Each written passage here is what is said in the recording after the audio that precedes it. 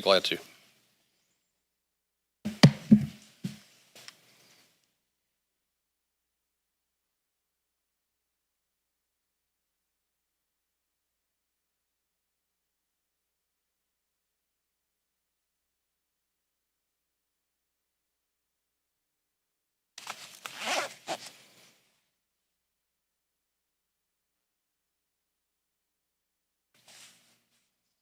Is that good, RJ?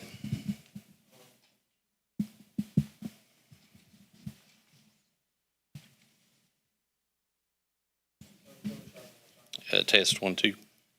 All right. Good afternoon, everyone. Thank you all for taking time to join us here at the Harlan County Courthouse today related to the state of emergency that continues in Harlan County related to the Clover Fork water outage situation. This outage has impacted continually residents above Shields and Harlan County from Llewellyn to Holmes Mill a lot. And I'm going to talk more in depth about that over the next little while. This is a situation that has also impacted other citizens as well throughout the county over the last couple of weeks. Fortunately, repairs have been made to the breaks that occurred that affected the communities of Wallens, Putney, Ross Point, Baxter, Bledsoe, and Big Laurel. And those folks have been restored with water as of the latest restoration being Saturday of this past weekend. However, the state of emergency related to the Clover Fork water outage continues and will continue for the foreseeable future. Before I get into where we are and where we are going, I want to explain the history of the system because I think there is a lot of confusion out there related to how the system is or was built years ago, specifically related to the Clover Fork area. The city of Everts had a water treatment plant that was constructed 30 to 35 years ago. That treatment plant at that time serviced about 1,100 customers within the city limits of Everts and also up in Verda and Jones Creek, as well as up through Everts on 215 going toward where now Black Mountain Elementary School is, as well as up to Shields, which is about several miles outside of the city of Everts. From 2003 to 2007, a detention center, a treatment center were both added to the city of Everett system. Both the Hope Center at Verda and the Harlan County Detention Center at Verda are on the Everts water system. Over time, an additional 600 customers were added to the city source through Black Mountain Utility District. Black Mountain Utility District is a 100% distribution system countywide, meaning they do not treat any of their water that they sell any of us. For example, on Clover Fork, every BMUD customer, the water is billed through BMUD. BMUD services the lines if you're a customer in their footprint. However, the water originates from the city of Everts. Where I live in Baxter, I'm a BMUD customer. BMUD services my line on the county road that I live on, and I pay my bill to BMUD, but BMUD purchases the water from the city of Harlan to serve me. BMUD has 3,300 customers system-wide across Harlan County.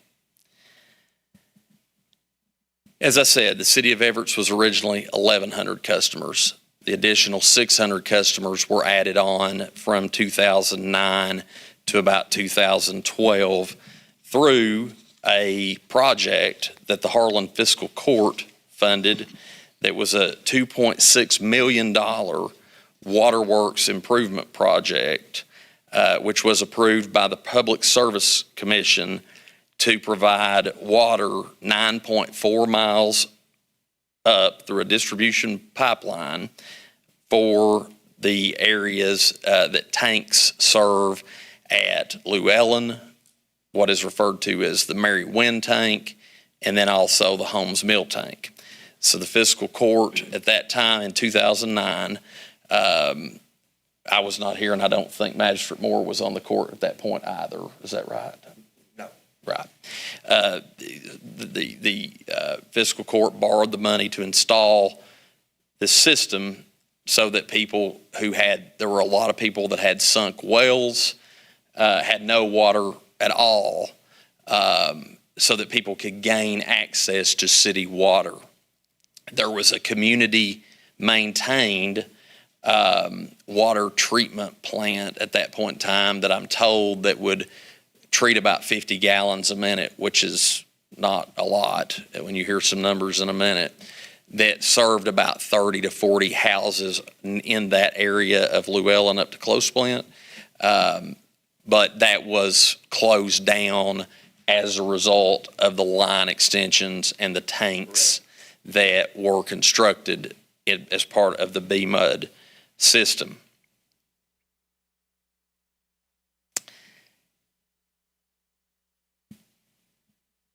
Over the last 2 years, now that I've explained the history of the system and how it was constructed, I want to go back to the construction process itself.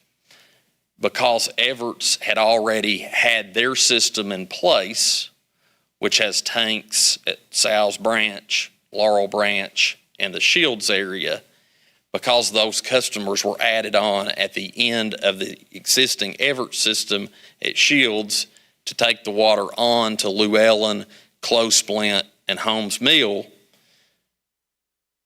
those customers are at a higher elevation than what we are at Everett's or what we even are here in Harlan. So the only way that the system could have been constructed was to rely on whatever water Everett's could produce that would go through the system to get to Shields so that it could be piped on up to the customers that exist at Llewellyn, Close Splint, and Holmes Mill. Meaning that Everett's has to have water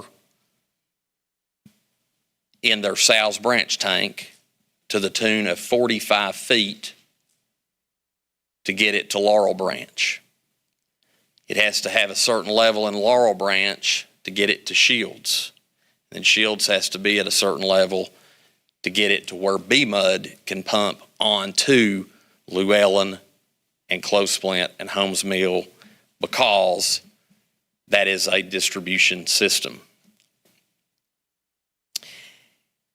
About 2.5 years ago, Everett started noticing a decline in their source of water. They also not only noticed a decline in their mine source, they started noticing a decline in their well sources. The city of Everett's at that time proactively attempted to drill additional wells and spent thousands of dollars to try to improve the flow going to their treatment plant. Keep in mind, this treatment plant was built 30 to 35 years ago and was only designed to treat the mine source and the well sources coming into the plant. In August of 2022, the sources declined to such a level that it caused the city of Everett's from August through November of each year to not be able to meet the demand that the system was requiring. Their system, with the footprint inside the city limits as well as the footprint outside the city limits that they and Black Mountain Utility District serve.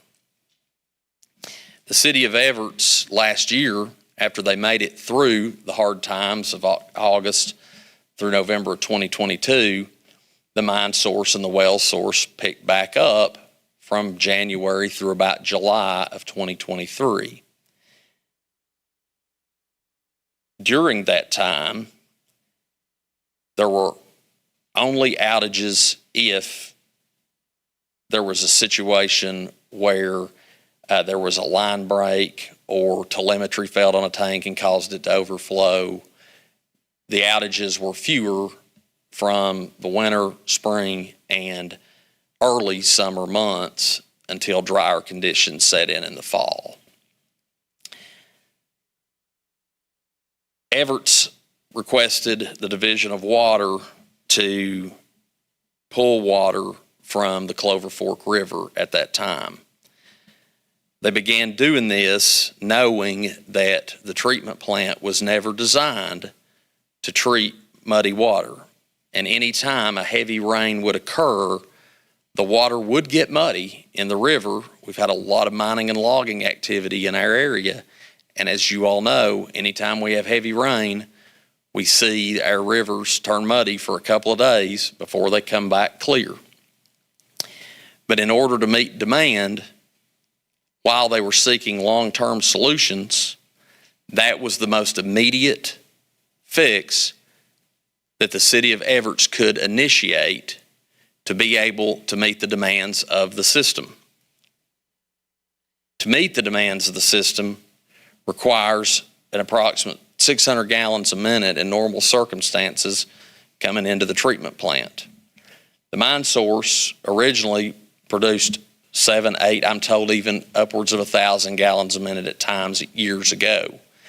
However, over the course of the last 6 to 8 months, that has dropped to 30 to 150 gallons per minute coming in to the treatment plant. The wells would generate another 250, giving 300 to 350 gallons a minute coming in, which is well short of the 600 gallons a minute needed to service the system. The Division of Water authorized, as I said, the river pumps, but the muddy water is an issue every time it rains. Due to this being an interruption in life for people from Llewellyn to Holmes Mill, on more than 40 occasions for 3 to 7 days each occasion since August of 2022, the city of Everett's mayor has declared 2 state of emergency declarations over the course of that time, and the county has declared 7 emergency declarations during that time, because in many of those occasions, some people would lose water for a brief moment, maybe a few hours to a day. Others would see pressure drops, murky water if they were having to fix a break or the mud had overtaken the clear well. But the people from Llewellyn to Holmes Mill have suffered the greatest. And when I say suffered, I mean suffered. They have dealt without. I've talked to people who not only are elderly, people who are sick, people who are dialysis patients, people that have cancer, people that need to bathe a special needs child. It is heartbreaking, and it has agonized me for what you are going through day after day, not knowing whether when you get up every morning, whether your water is going to be on or not.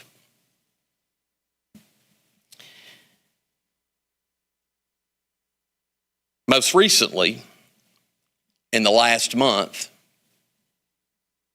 aside from the heavy rain incidents we've had, a mudslide near Holmes Mill has caused the Clover Fork Channel to become muddier at times than it normally would have been during heavy rainfall. That mud coming out of one channel along Kentucky 38 literally has turned the entire channel muddy at times that it has oozed into the creek at Cottle Lane. It's a very unfortunate situation that has caused a terrible situation to become even worse.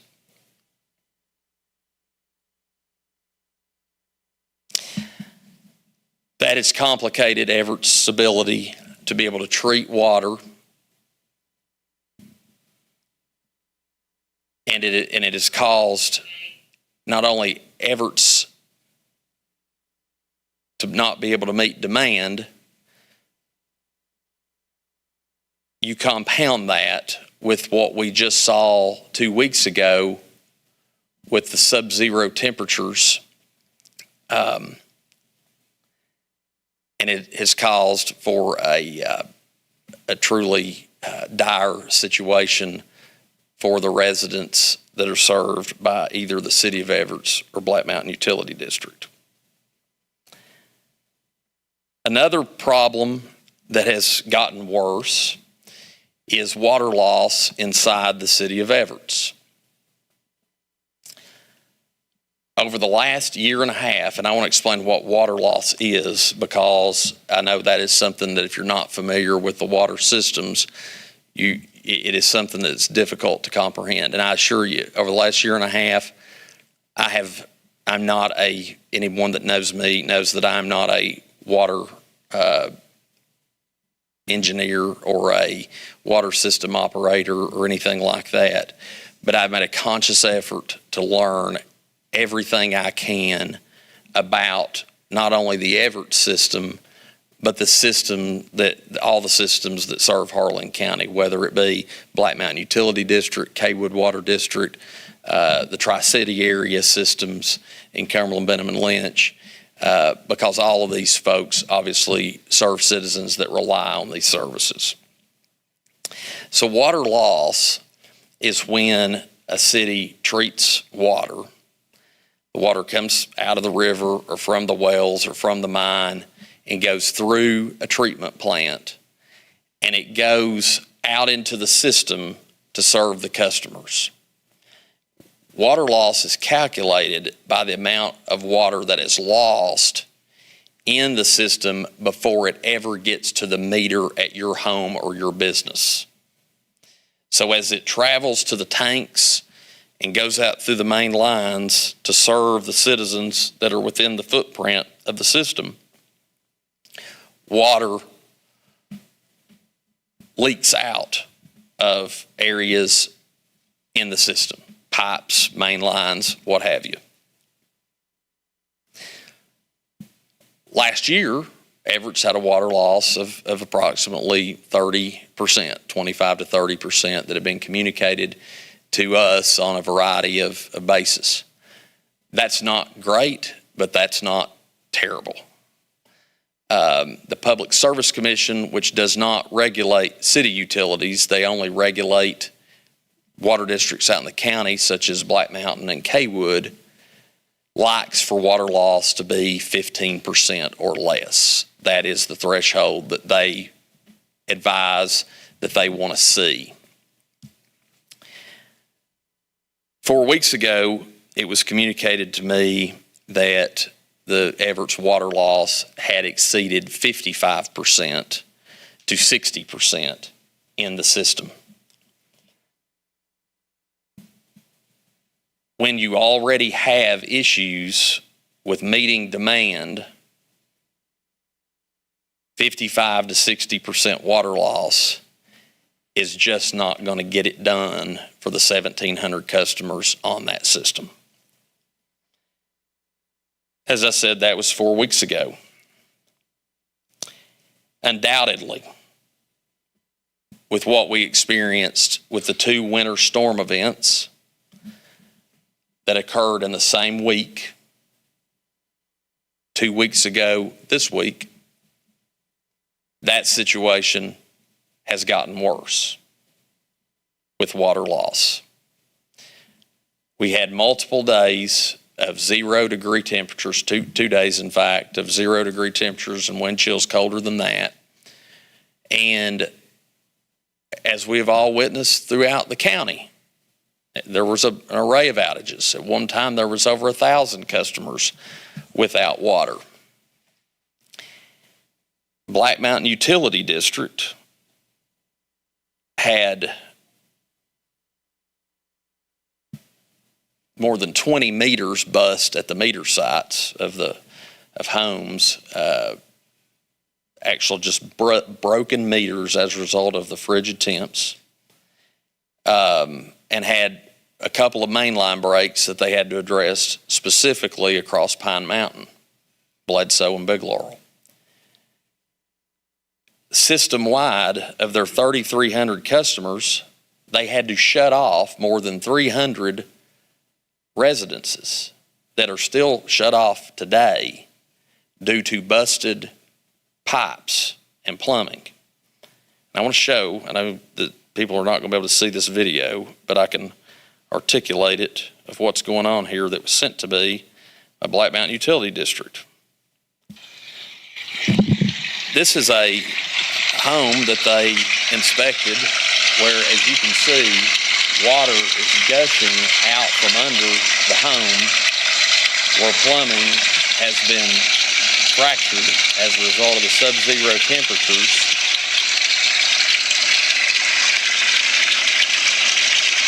Pouring from the home.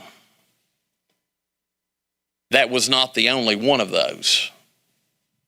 That's just an example of what they have dealt with over the last 2 weeks in trying to restore water.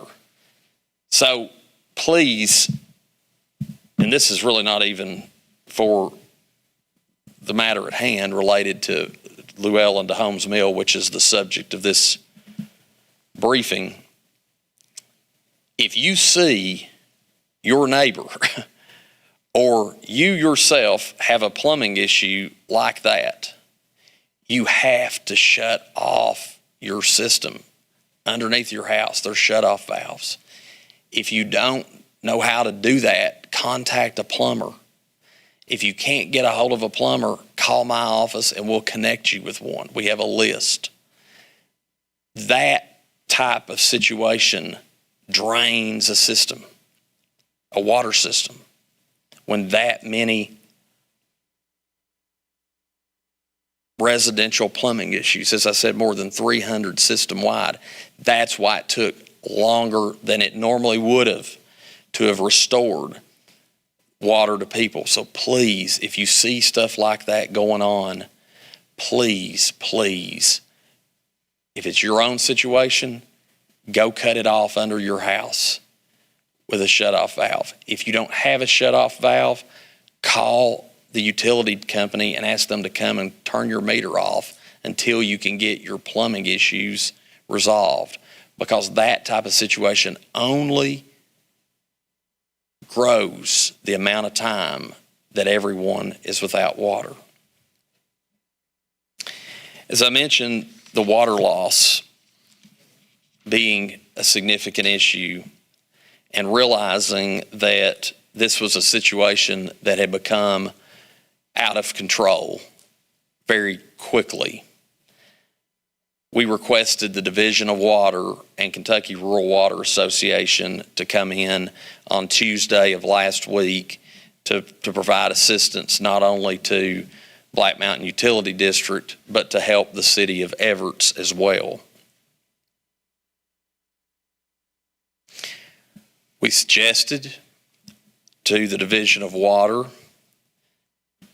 And I want to, before I go to that, I want to thank the Kentucky Rural Water Association for what they've done here over the last week.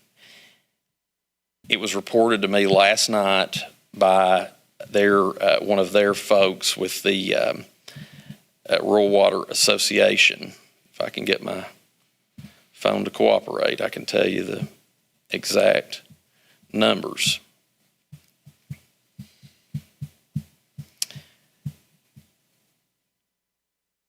There had been 22 locations in the city of Everett's where water loss had been addressed either by turning off meters or excavation repairs. And those repairs alone had regained 120 gallons per minute back into the system, which is pretty sizable. However, they reported that there is still another 120 to 150 gallons per minute to be found.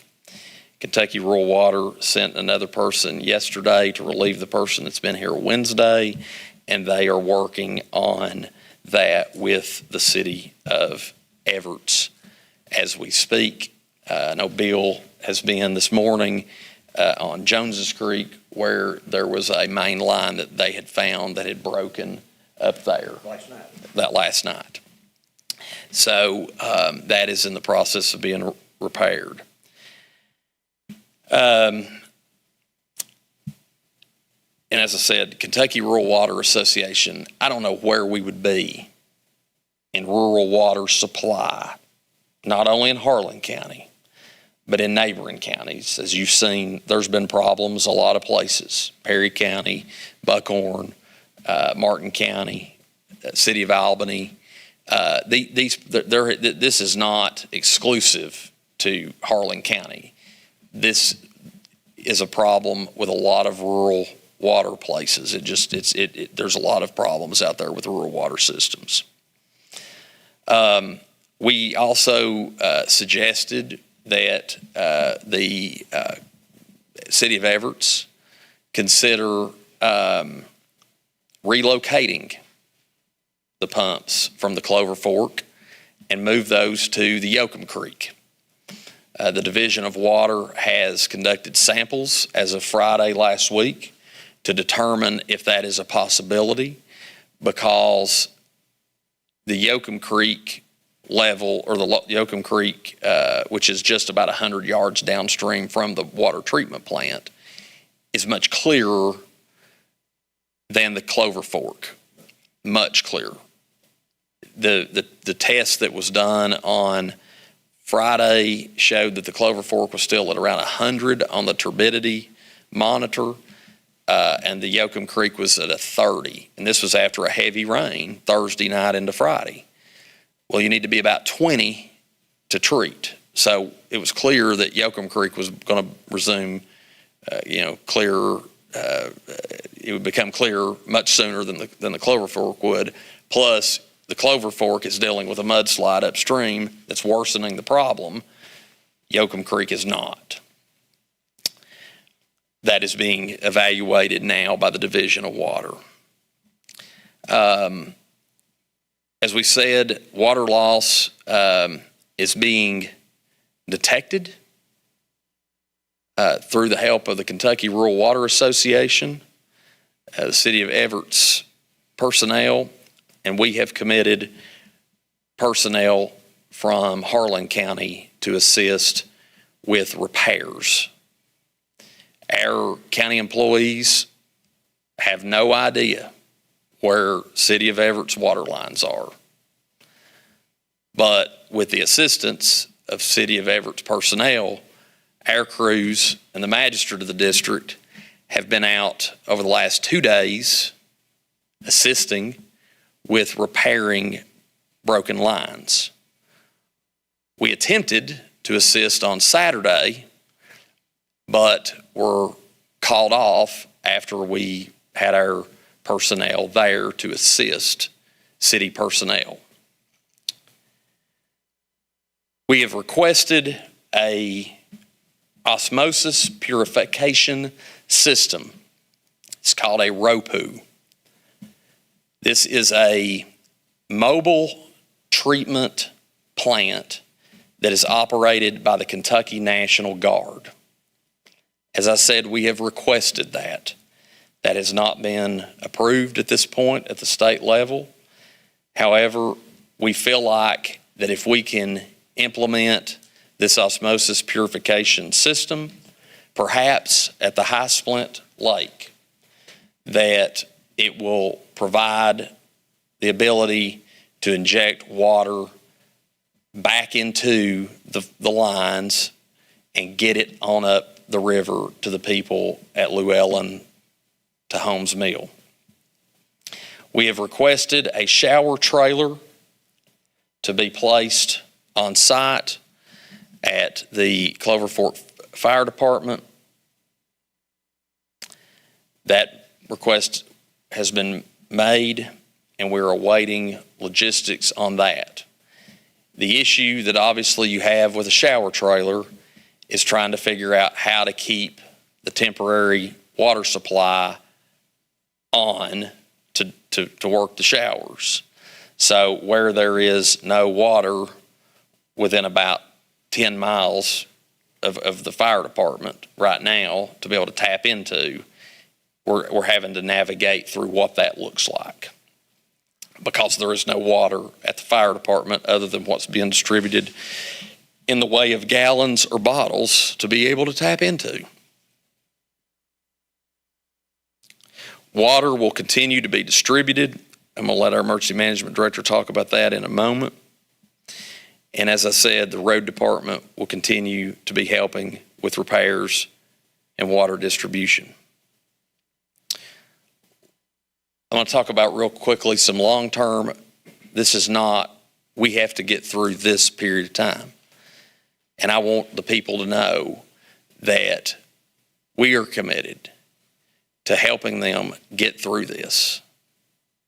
We've been there over the last 15 months in the way of distributing water every time there was an outage for more than 24 hours. That will continue.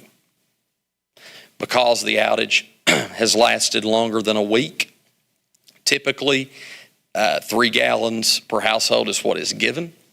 But because that has now reached its 8th day, that cap has been changed to 3 gallons per person per household. And folks at the distribution location is aware of that, and we have received an ample amount of water to be able to make that change now from the state, and we're appreciative of that. So the amount of water that will be now given to the citizens has increased. Long term, Everett's has an immediate need for telemetry at their tanks. Their telemetry system has failed, and it had failed a year or so ago. Thankfully, Magistrate Moore and the rest of the fiscal court members approved my request to appropriate funds to replace the telemetry system in the city of Everett to assist the city with that cost of nearly $120,000. That funding was made available in July. The project has been bid and awarded by the city, and they are now awaiting the company that is in charge of the install to get that done. It's my understanding there has been a supply chain issue to some of the equipment, and that has delayed that being installed. However, the project was bid by the city and has been awarded. Long term, a water treatment plant is necessary. You have seen the water treatment plant in Everett. Not only have you seen it, you realize the issues that it's having treating water for you to use. It is a 30 to 35-year-old treatment plant that looks as if it is 100 years old.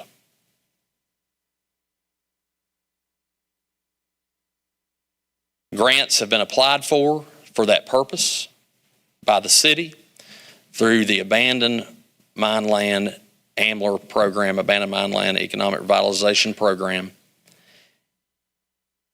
Both of those were denied over the last 2 years. Funding was applied for through the Direct Abandoned Mine Lands Program. It was denied. There was an appeal filed. The appeal is under review, and it is my hope that that appeal will be overturned and that Everett's will qualify for a treatment plant through that fund. If it does not, Senator Turner and Representative Bowling have both been very engaged in this situation over the last year and have requested that a budget line item request be filed. It will be filed with the Senate Appropriations Committee this week as the state is crafting a new budget for the next biennium. I sent the request on Friday to be completed, and it is roughly an $8.5 million request for a treatment plant.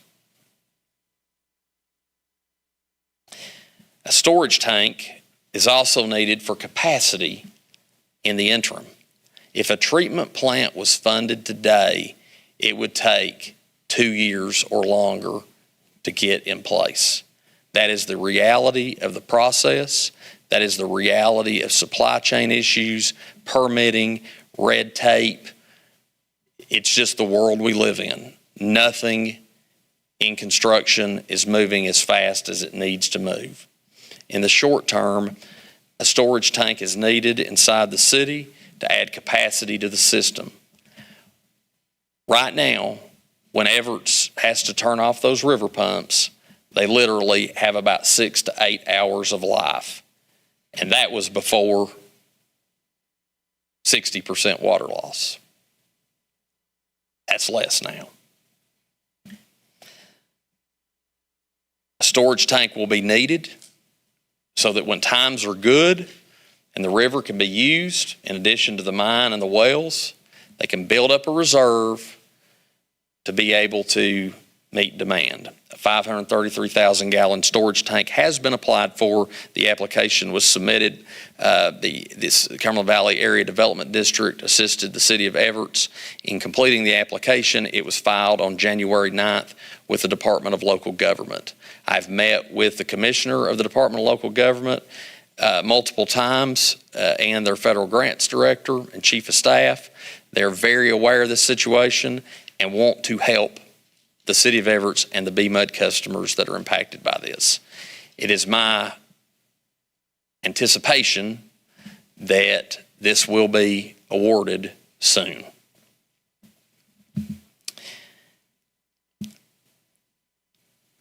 I believe there needs to be significant line replacements occur inside the city, as evidenced with the situation that we're in right now. There needs to be significant focus on leak detection. That is the most immediate thing the city can do to be able to ensure that this nightmare goes away. When the water loss was 25 to 30% and there was only 400 gallons a minute coming in, it was difficult or nearly impossible to meet demand. The mayor shared with me Saturday. He and I talked for a very long time Saturday, and my heart goes out to Mayor Manning because he's dealing with serious illness and he needs everyone's prayers. He is continuing to operate the city, and he and I have a close friendship and mutual respect on how things need to go, and a mutual understanding. But water loss has to decrease, and the only way it can decrease is that we aren't just looking for leaks during disasters. We aren't just looking for leaks in crisis.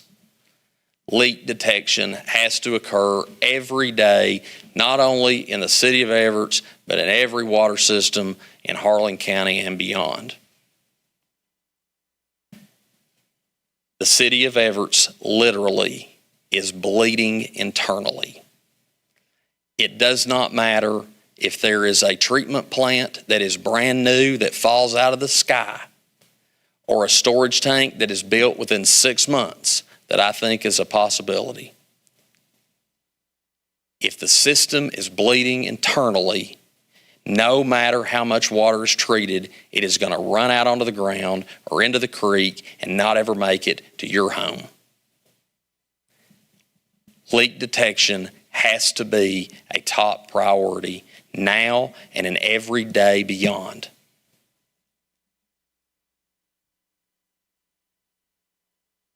We've also started a feasibility study after an idea was tried over the spring to attempt to remove the community of Ages from the Everett source. The community of Ages and Brookside are BMUD customers, but the water is sourced from the city of Everett presently. What we attempted to do was to turn off Everett's and move Harlan, take the Harlan source up to Ages and Brookside to serve those customers. In an attempt, by pulling that off, the usage from Ages keeps that water in the system to help everyone else up the river. The Ages system uses about 500,000 gallons a month. Trying to keep 500,000 more gallons in the system would be a benefit to the people up the river. The question has been asked many times, why can't Harlan just run to Everett's? As I just said, that was tried this spring. Harlan does not have the capacity in water supply to be able to service anything beyond Ages. They're not certain, even in times that we're in now, that they would have the capacity, because they service all of their city municipal customers. They have an interconnect contract with the Kaywood Water District that services Catrins Creek, and they also provide water to Black Mountain Utility District for 2,600 other customers throughout Harlan County. It's a big footprint.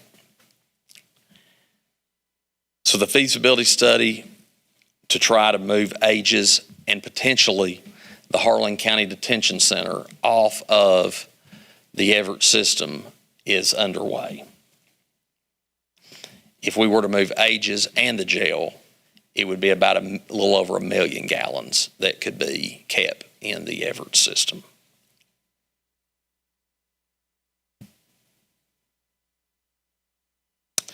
There are things that I think the City of Everett's Council must consider. I know they have authorized outside leak detection efforts. Kentucky Rural Water has been here, as I said, helping, but Kentucky Rural Water, as great as they are, they're stretched thin helping everybody. They'd authorized an outside firm to be contracted for leak detection. We've attempted to look for those firms too, and haven't had success in finding one here in Kentucky. But the search continues. That's something that has to be a priority. If that can't be a priority, as bad as it has gotten, it is time to consider some drastic measures. There are outside management firms that operate water systems all across Kentucky, and some right here in eastern Kentucky. Alliance Utility Management Group, UMG. UMG manages the Pikeville system. Alliance is in, I believe, Martin County. UMG has assisted in Perry County. There are companies that are out there that acquire systems. They will buy systems. Corix is a Canadian company that's an investor-owned group. They operate the systems in Middlesboro and Bell County. When is the last time anyone has heard of an issue in Middlesboro or Bell County related to water? They know what they're doing, and they are a for-profit company, and they are regulated by the Public Service Commission. They can only make a 10% profit. And I was discussing this the other day with the manager of that system, and it appears that their rates are cheaper than any of our rates here. So that would not be adverse to ratepayers, despite what some may tell you. But I believe at this point, if we could all depend on reliable service, particularly the people that are adversely impacted from Llewellyn to Holmes Mill, we'd all gladly pay a little bit more to make sure that we have reliable, safe, clean drinking water to be able to do life.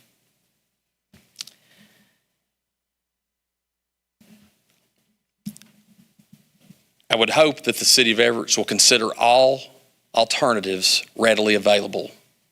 I've read the contract multiple times. Although the amount of water that is being sold to Black Mountain Utility District pursuant to that agreement is being met, there are times that it has not been. And the other stipulation of that agreement is that it provides reliable, sustainable water. And that is not occurring. And pursuant to that agreement, it has to.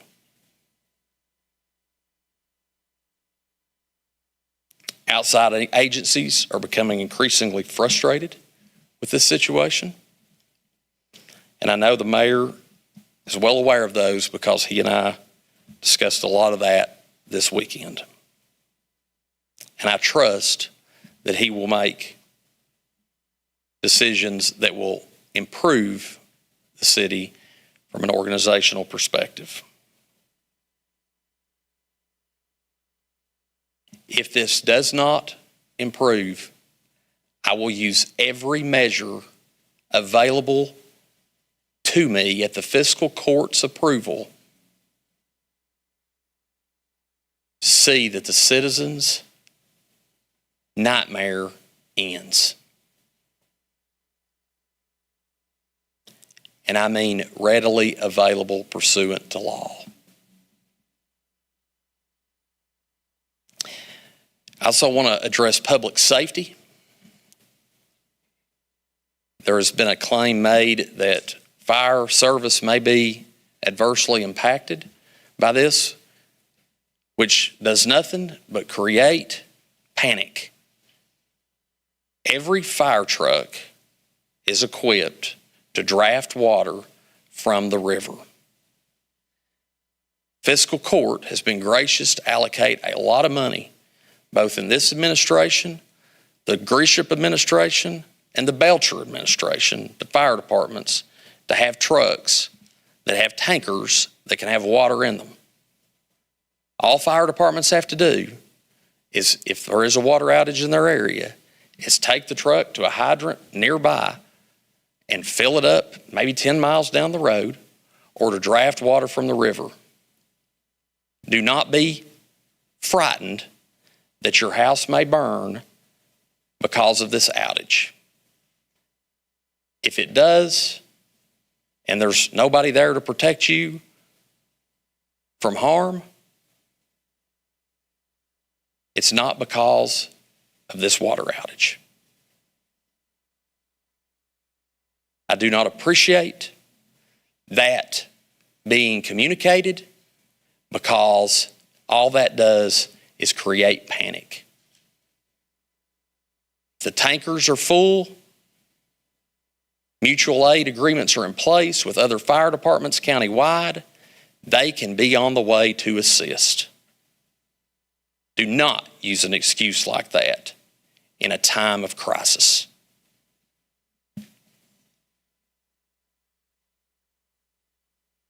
There are issues that I wish I had more control over. I do not have a magic wand.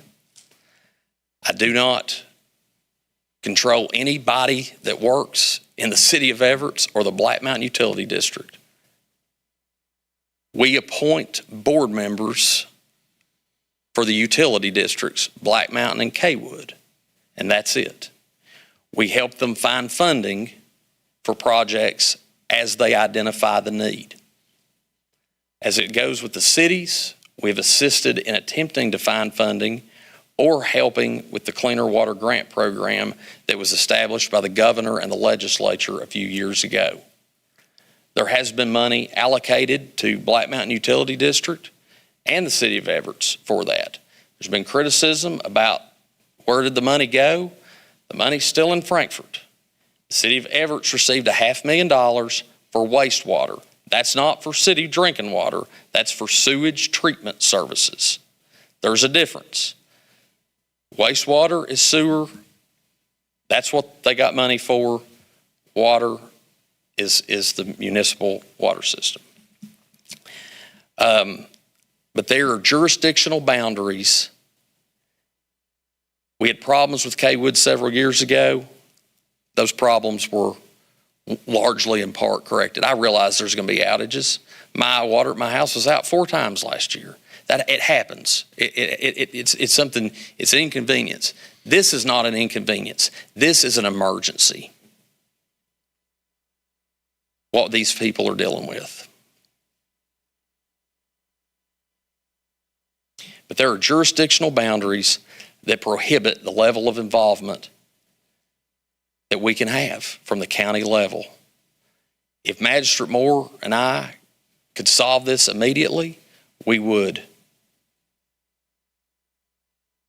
But we are here to assist the City of Everett's through this process to get people restored, but expect accountability and expect that every measure known to man will be implemented. Sometimes government entities have to borrow money. If you don't have it to address what's wrong in your system and you're not willing to borrow the money, then get out. Resign. I don't like borrowing it either.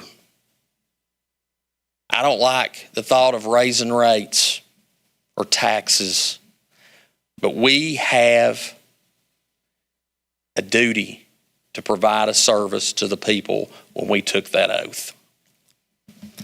That'll conclude my remarks, and I'm going to turn it over to David McGill, our Emergency Management Director, to talk about the emergency management request process and the water distribution within up at Clover Fork Fire Department.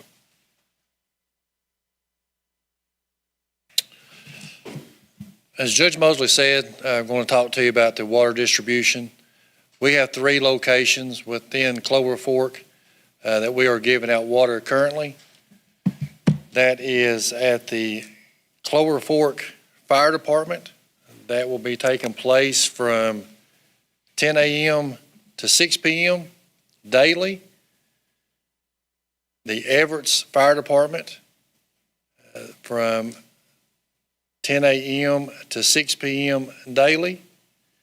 And then the Yoakum Creek Fire Department, they are giving water out from 11 until people stop coming. As Judge Mosley also alluded to, is we have requested several things within the county to try to make this situation a little bit better for the citizens of Clover Fork. A lot of these processes it starts with the local emergency management, and then we have to initiate the state level emergency management, and then it passes up to the National Guard or other logistics personnel within Kentucky Emergency Management.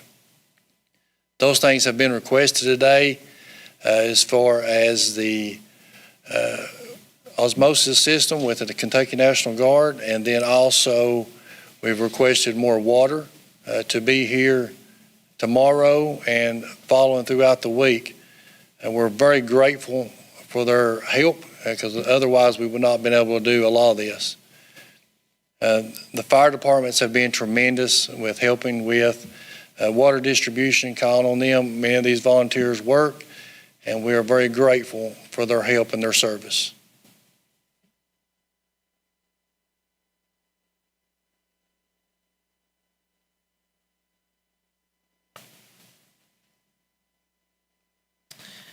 I want to thank David McGill and Clayton Carroll, our emergency management director and deputy emergency management director, who have literally worked around the clock, and I'm talking 7 days a week, on the situation, not only with this particular crisis, but with the winter storms that we just had within the last 2 weeks. They have been exemplary, and I don't know what we would do without what they've been doing here to help the people.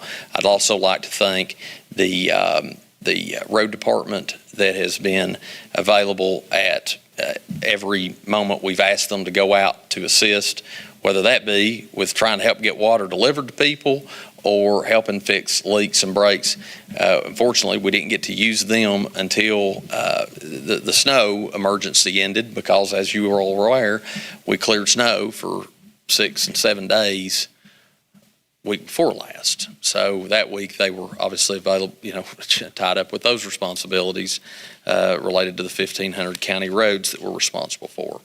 And I'd like to thank Magistrate Moore, because he has been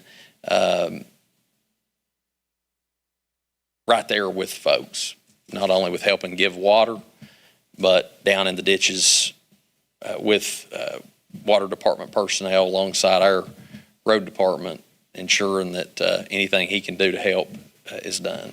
Thank you. I'll now open it up for questions from the media members that are here. Okay. You mentioned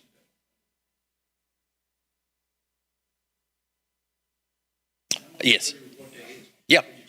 I sure be glad to, and I apologize for not. So telemetry, best way to classify it is when we go to the doctor or we get put in the hospital and they put this stuff all over us to know how many, beats a minute our heart's going or what our blood pressure is. Well, it's the same type of aspect, but as it relates to a water tank.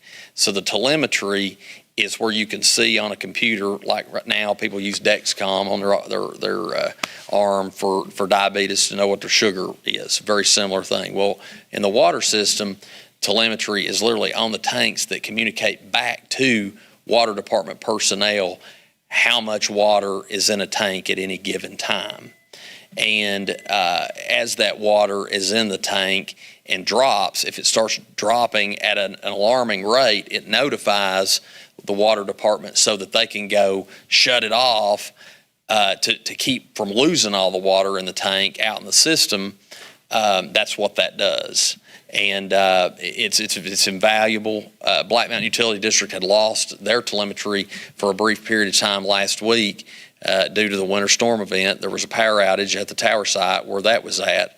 And we were fortunately able to get the road cleared by a dozer. It's all the way up at the top of a mountain to where they could get up there to reset it. Because literally the water districts, like Black Mountain, they've got 17 tanks countywide in their system. And they don't have enough personnel to go manually be able to see what an issue is unless somebody calls and says there's a tank running over or I ain't got water.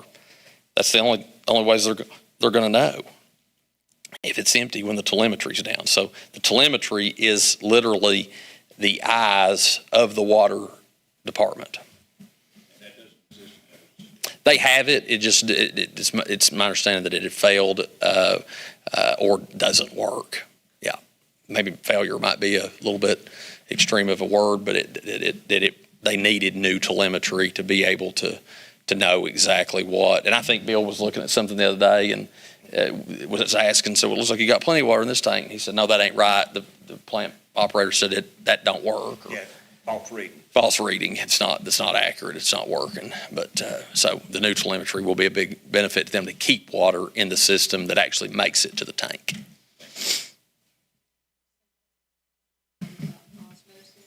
Yep. Mm-hmm. Yep. It is. Yep. So we, of course, declared a state of emergency related to the Everett's water situation on January 14th. And that was the 7th declaration that has been done as it relates to the Everett's water system. Of course, we're here 2 weeks beyond that original declaration. And although water came back on at a period of time, it went back off again. But it is a process that we submit up to Frankfort through Kentucky Emergency Management. I had a phone conversation this morning with the Adjutant General, who I've got to know, about how that works. They've not used it in quite some amount of time, but our goal would be, if we can get a system like that here, to be able to possibly use maybe High Splint Lake. I don't know. They might even want to use it at the river source on up. It's my understanding that these systems can treat muddy water or clear water. So, but as a measure to try to get people some relief, like I said, this is the longest that people have been without. But it is not the only time. This is well over 40 times. That's what I would say, to citizens who are frustrated by the outages last week that occurred as a result of that. I talked to someone the other day and I said, they were frustrated, and they asked me, they said, why does this happen? I said, well, we have sub-zero temperatures, there's line breaks. I mean, things like that happen in times. It happened last February. I mean, we're seeing more of this type of sub-zero temperatures impact us throughout winters, and that's hard on systems. But I said, how long has it been since your water had been out prior? And she said, it'd been about a year and a half. Well, those folks had been a week and a half. I mean, I'm not saying to be thankful that your water's out, but when it's been out one time in a year and a half, that's a lot to be thankful for, because that's not existed up there. And I'm just, I've been very clear throughout the process of trying to assist that if I felt like something more needed to be done, I'd say it. And I haven't felt that way until about 8 weeks ago. And as things have worsened over the last 8 weeks, that's why it's come to a head over the last week. And but we have been working diligently to get the attention. The water plant operator wrote a wonderful letter that was sent to state officials about the situation that exists with the treatment plant. That was well articulated, and one that I know has had an impact. And it has to continue. And what's sad, though, is that now we've reached this brink, and people are going, they got it for 4 days, and they don't have it for a week, or 8 days, or 10 days, or 2 weeks. I mean, this is the United States of America. This is the 21st century, and I believe that water is a basic human right, and it's the thing we pay the least for in life that we depend on the most. Any other questions? Yep.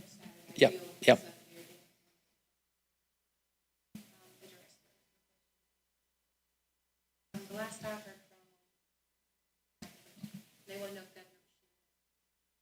what do you know?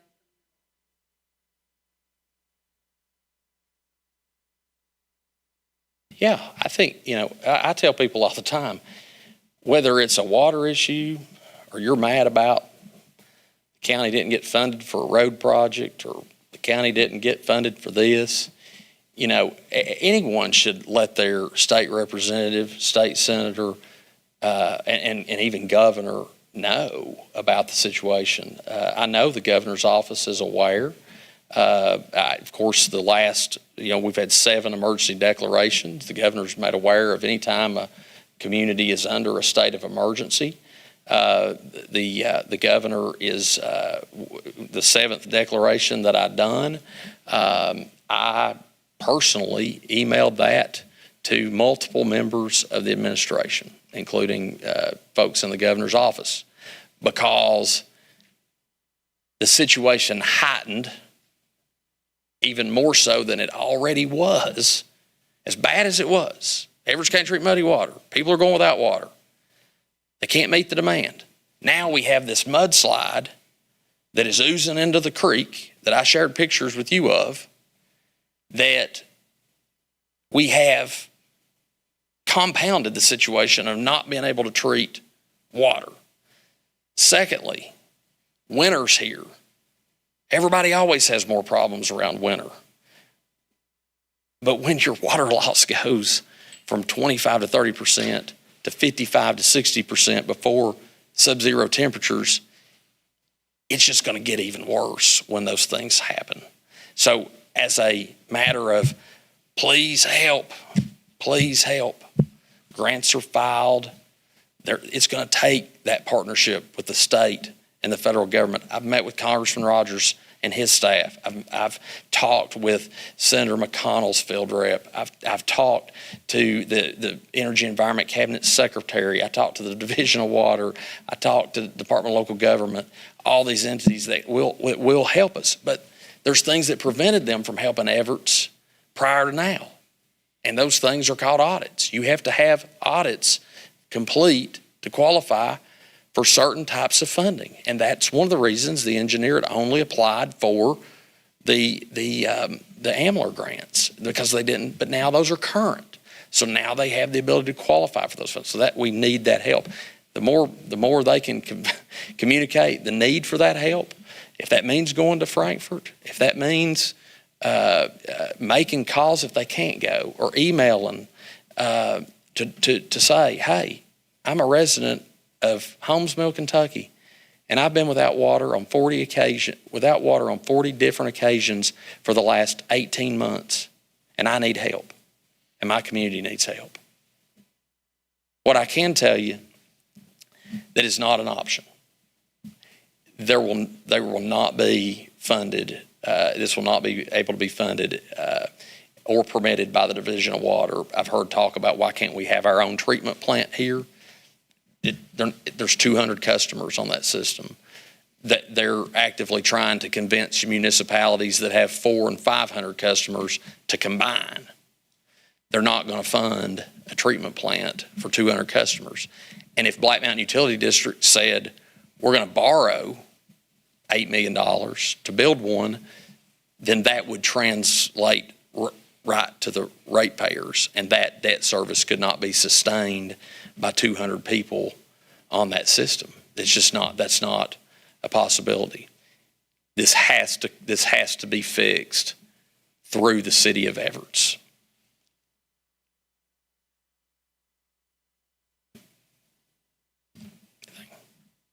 You got anything? Sean? No, sir. That'll conclude our remarks. We will update through the Harlan County Emergency Management Facebook page as this situation continues to evolve related to water distribution, the requests that have been made to assist the community through other efforts such as community showers, and what it will look like related to if we're able to secure some type of mobile water distribution. We certainly hope that those requests get approved, and we would be grateful to the state for any assistance that they can provide to help our residents get through this very difficult and dark time. But we just know we are here for you. If you have a need, you call us. My office is 573-2600. The emergency management number is 573-6082. If you can't get out to get water and somebody can't bring it to you, you call and we will make sure it is taken to your doorstep. If there is a need, you let us know. Thank you, and God bless you. And you are on my heart and mind and in my prayers during this difficult time. Thank you.